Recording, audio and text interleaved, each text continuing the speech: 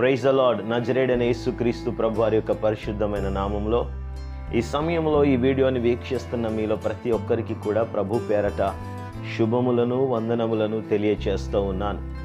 మార్చి నెల 30న 30వ తారీఖున ప్రభువు ఈస్టర్కి ముందు రోజు, గుడ్ ఫ్రైడే తర్వాత రోజు నాకు అనుగ్రహించినటువంటి ప్రేరేపణ ద్వారా అభాగ్యులైన వారికి కొందరికి ఆహారాన్ని పంచిపెట్టాలని నేను చాలా ఆశించాను. ఆ విషయం సంఘమునకు తెలియజేసినప్పుడు అందరము కలిసి ఆ పనిని చేయటానికి ప్రభు వారి హృదయాలను ప్రేరేపించాడు. కొందరు వస్తుపరంగా, కొందరు ఆర్థికంగా, కొందరు మ్యాన్ పవర్ పెట్టి మేమంతా కలిసి సుమారుగా మార్చ్ 30న 210 మందికి ఆహారాన్ని పంచిపెట్టడానికి ప్రభు ఎంతగానో కృప చూపించాడు.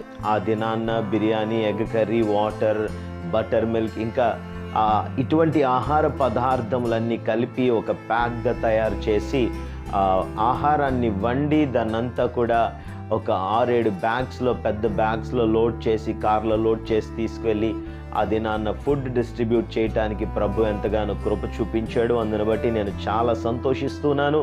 దేవుని యొక్క నామమును నేను మహిమపరుస్తూ ఉన్నాను.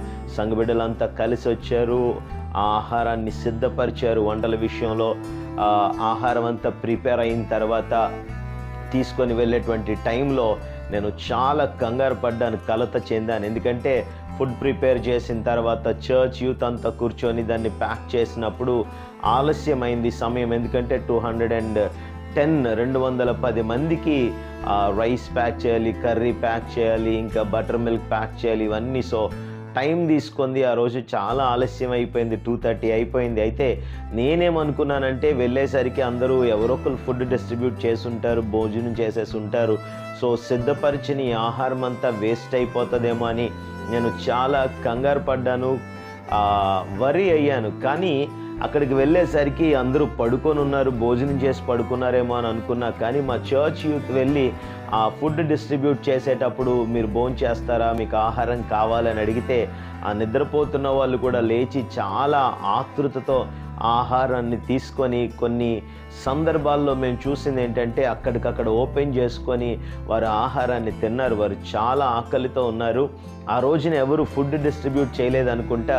మేము పట్టుకెళ్ళిన ఆహారం 210 ప్యాకెట్లు సరిపోకపోగా ఇంకా ఆహారం కావాలని అడిగితే మరి వారికి అందించలేకపోయిన విధానమును బట్టి నేను చింతించాను, వేదన పడ్డాను. మేమంతా కూడా ఆ విషయంలో కొంచెం డిసప్పాయింట్ అయ్యాం. కానీ ఆ దినాన్న ప్రభు యొక్క కృపను బట్టి కొందరి బర్త్డేస్, బిడ్డల యొక్క బర్త్డేస్ సందర్భంగా కొందరికి ప్రభు ఇచ్చిన ప్రేరేపణ బట్టి అందరం కలిసికట్టుగా సంఘంగా ఈ కార్యక్రమాన్ని చేయటానికి ప్రభు ఎంతగానో కృప చూపించాడు. ఆ విజువల్స్ని ఈ వీడియో ద్వారా నేను మీ ముందుకు తీసుకొని రావటం జరుగుతూ ఉంది. సో ఈ కార్యక్రమం విషయంలో ఆహారమును, అభాగ్యులకు ఆహారమును పంచిపెట్టే విషయంలో నాతో చేతులు కలిపి ప్రయాసపడిన సంఘ బిడ్డలైన వారందరికీ, చర్చ్ యూత్ అంతటికి కూడా ప్రభు పేరిట వందనాలను తెలియచేస్తున్నాను. నిశ్చయంగా మీ సహకారము, మీ ప్రోత్సాహం, మీ ప్రయాసను బట్టి ప్రభు మిమ్మలను నూరంతలుగా దీవించునుగాక. దేవుని వాక్యంలో కూడా ఈ విషయం రాయబడ్డది.